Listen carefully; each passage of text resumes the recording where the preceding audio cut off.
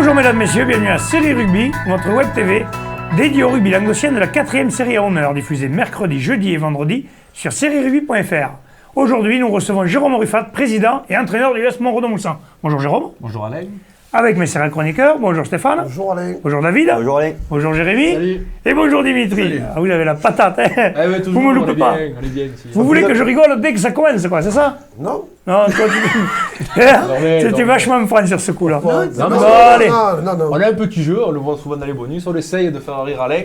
Mais il est imperturbable. Imperturbable. Bon, Jérôme, parlons chose sérieuse. Cette saison 2014-2015, comment se passe-t-elle au sein de Montredon-Moussan, pardon? Au sein de Montredon-Moussan et pas Montredon-Moussan.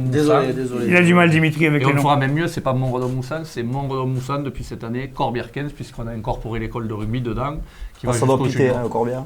De suite, ça fait quand même plus sérieux. C'est plus agréable pour les troisième mi-temps. Bon, alors comment ça se passe alors cette saison? Et un début de saison un peu compliqué puisqu'on a perdu nos deux premiers matchs. Le premier contre Narbonne, où on fait une belle opposition mais on casse beaucoup de joueurs dès le départ. Donc ils sont sortis avec le bonus malheureusement 25-3. Enfin, vous ne serez pas les seuls à perdre contre eux, je pense. On ne sera pas les seuls, mais bon, c'est, sur la physionomie du match, c'est quand même dommage. Il y avait de quoi faire minimum un bonus défensif et on est passé, on a eu 10 minutes de flottement qui nous ont fait perdre le fil du match quoi, pendant un moment. D'accord, et après... C'est plus la défaite à Van Dargue qui est ennuyeuse, je suppose. La défaite à Van Dargue, ils ont eu une semaine difficile en suivant, les oreilles ont sifflé, et, ils se sont complètement loupés à Van Dargue. Ils étaient fiers un peu de leurs résultats contre Narbonne. Et Ils se sont vus trop haut. Ils se sont vus trop haut, trop grands, trop forts, manque de concentration. Puis surtout que c'était un club qui se montait, donc normalement... Grosse réaction là par contre dimanche. Et dimanche, grosse réaction. Oui. Il y a eu Colin est revenu, puisqu'on a. Je ne suis pas tout seul comme entraîneur, hein, j'ai Christian Savalois qui a fait son retour, qui recommence à entraîner maintenant, qui vient du Pays Basque, et l'aide de Colin pour cette saison, qui nous fait beaucoup de bien, qui génère beaucoup d'énergie positive sur tout le groupe. Il fait qu'entraîner, il ne joue pas? Non, Colin ne joue pas, il est là, il vient. Quel âge il a, Colin? C'est une quarantaine. Oui, il n'est pas très vieux, il aurait pu filer la main encore. Oui, il est sur 73. Oui, il aurait pu jouer, non, mais parce que là, par exemple, si on parle par exemple Kadri, à l'âge qu'il a, il joue encore. Donc il aurait pu... Kadri est un phénomène, c'était... Il est unique. Il est unique. Ça fait bien d'avoir des gars comme ça, des anciens un peu... comme, je crois, c'est le Boff à Colombier, oui. qui jouait 52, je crois. Ouais, non, mais voilà, après, il arrive un moment où tu as le rendement sur le terrain. Juste pour revenir sur le match contre Narbonne, je sais que tu m'as raconté un petit fait d'après-match surtout, qui me surprend pas venant de Ah oui, Franck, beaucoup de personnes parlent de Tourner qui vient comme ça, et c'est vrai que le dernier mot de Tourner, quand on était rassemblés au milieu du terrain pour féliciter les joueurs, il a demandé à venir au milieu du groupe, et il a dit excusez-moi, est-ce que je peux prendre juste la parole sans vouloir dire qu'on sait quelle personne il est, et puis là, il a dit les vrais gagnants pour moi aujourd'hui c'est vous, par l'exemplarité que vous avez eue, par la vaillance que vous avez eue, vous êtes tout ce que représente le rugby, continuez comme ça. Et c'était vraiment très sympathique et très gentil de sa part. C'est bien parce que c'est peut-être pas l'image que tout le monde avait de Franck Tourner. Si, dans le Narbonnais il est... Dans le Narbonnais il est très apprécié. Dans le Narbonnais, mais justement il faut en parler parce que les gens qui le connaissent l'ont toujours vu qu'à Toulouse ou à Narbonne, et il n'a pas forcément toujours été aimé. Carca aussi, mais bon, ça reste dans l'Aude. On reste sur vraiment l'Aude et tout. C'est vrai que Toulouse, c'est dans l'Aude aussi. Voilà, c'est bien, continuer à me chambrer. J'ai dit, ça reste... la réforme des régions, c'est pas. C'est bien, continuer. À la base, même il est de Salento, tu savais peut-être pas ça. Non, mais au-delà que ce soit Franck Tourner, c'est quand même une belle image de sportivité. Non, mais c'est bien. Que d'aller voir une équipe, de saluer vraiment une équipe qui va après, c'est monsieur qui peut se le permettre. Oui, non, mais. Quand Simon, à la fin du match, allez, bon, les gars. Bravo. T'as quand même une image, Dimitri. T'es quand même connu, reconnu maintenant. Ouais, super, pas avec mes talents de joueur. Bon, sinon, apéritif international.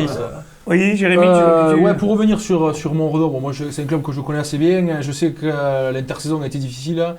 Ça fait 2 ans déjà que tu as du mal tous les étés.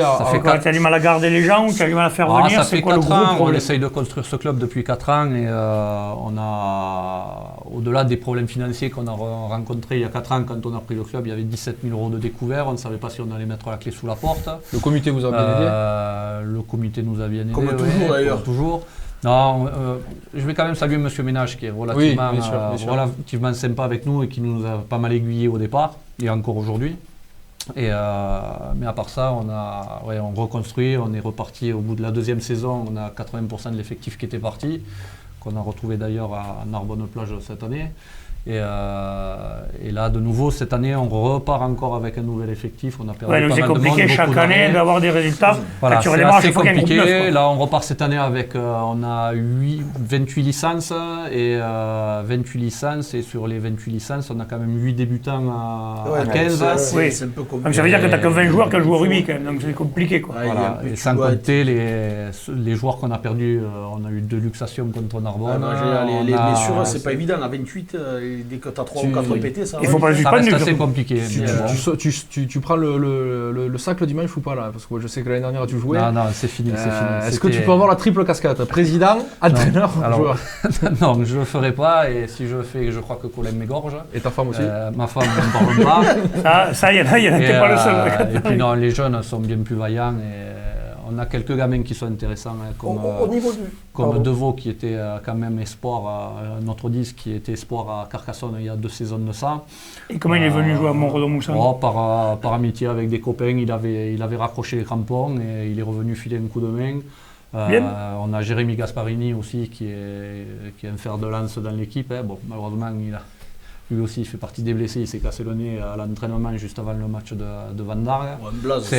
C'est un moteur aussi dans le groupe. Il faut quand même, saluer ton travail parce que Montredon, alors je ne sais pas si c'est un club centenaire, je ne sais pas, mais c'est un club qui est très ancien.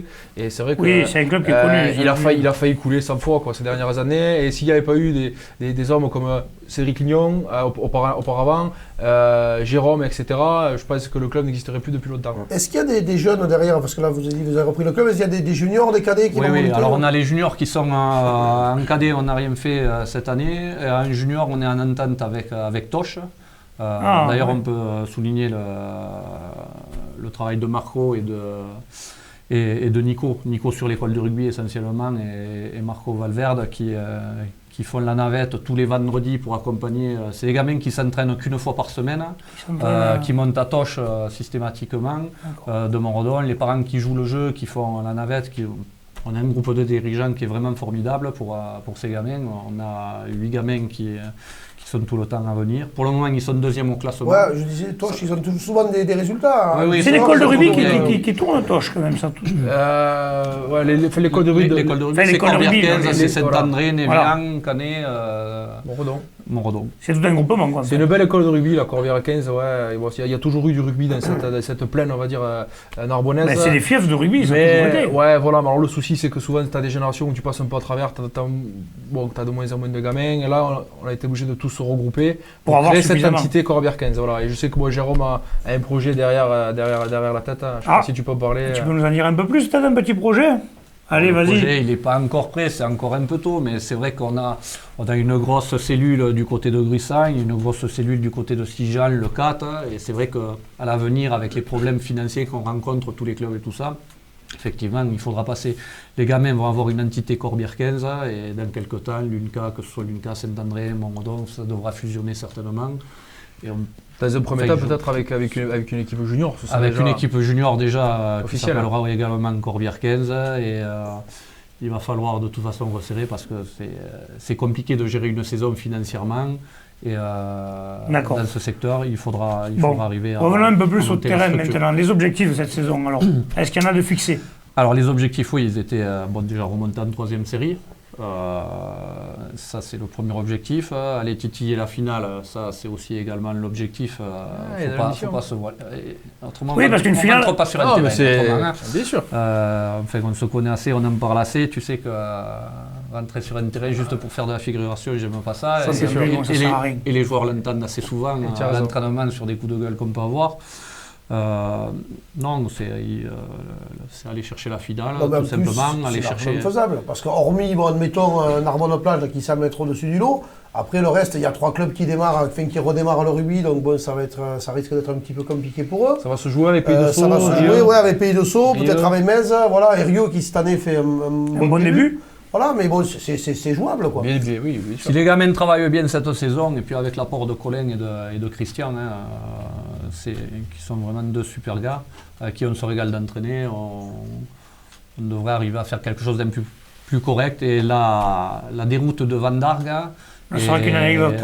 J'espère que ce sera qu'une anecdote. Maintenant, objectif Metz dans 15 jours, qu'on doit recevoir, qui est un match important pour vous. Qui est un match important pour vous, comme tous les autres matchs. En tout cas, bien sûr. Il a quand même un joli t-shirt. Voilà, ça y est, je m'entendais qu'il n'avait pas fait sa pub au rugby. Voilà, ça y est, ça c'est fait. D'ailleurs, on espère. Bon, mais écoute, on va te souhaiter d'ailleurs, messieurs, je vais te souhaiter un bon match donc contre Metz et une bonne saison avec tous mes acolytes. Et on va souhaiter, messieurs, le meilleur, comme on Moussa. Les alcooliques. Non, je ne vais pas dire alcoolique, vous voyez. On parle de Corbière 15, donc il a fourché. Parfait, Jérôme. D'entendre un gars comme ça fait vraiment plaisir. Parce que s'il y en avait plus, il y avait plus de gens comme toi, franchement. Je pense que le rugby, il aurait une autre figure, ça ne changerait pas comme c'est en train de changer maintenant. Il n'y aurait pas tous ces cols là, qui à 18 ans, là, il te demande 100 balles pour jouer au rugby. Moi, je pense que ça me dit, on est branché sur le canal. Ouais, mais c'est notre débat, on en parlera de ces 4 minutes. Ne t'énerve pas, on en reparlera. Messieurs, allez, messieurs, je vous manquerai plus, c'est promis. Allez, je vous remercie. Transpirez bien, s'il te plaît. Merci. Au revoir.